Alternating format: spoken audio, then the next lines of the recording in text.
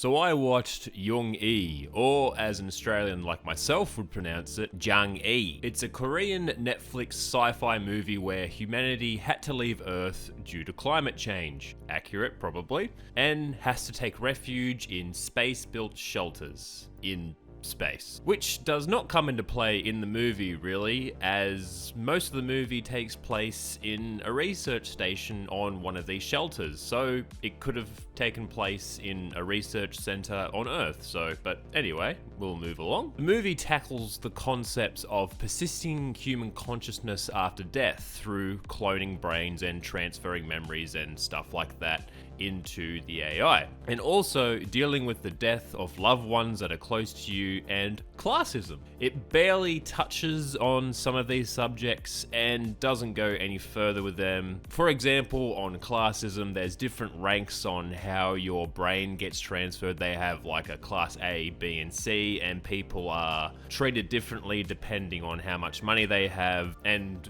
which category they can get transferred to. But it's pretty much mentioned once and then it's very rarely mentioned again. It's directed by Yun Seo-hyun, who directed movies such as Train to Busan, Seoul Station, Peninsula, those kind of movies, and Psychokinesis, which has been on my watch list for a very long time now, and I swear to God I will get to sometime. I think the action and the CGI were pretty good for this type of film. They're not on par with big budget Hollywood CGI fests, but for this film, they're quite good. You're quite good at turning me on.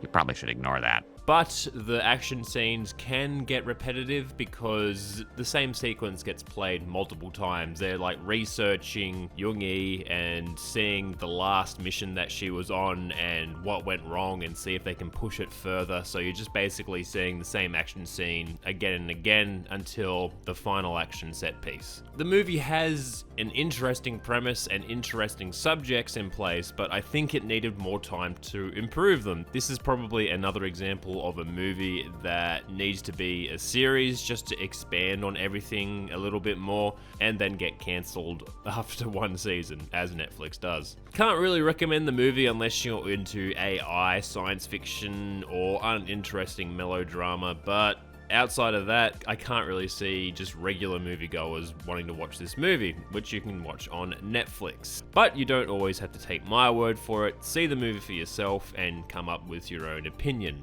As always, more videos to come, and thank you for listening to me ramble on about a movie for a few minutes. I do appreciate it. Have a good one.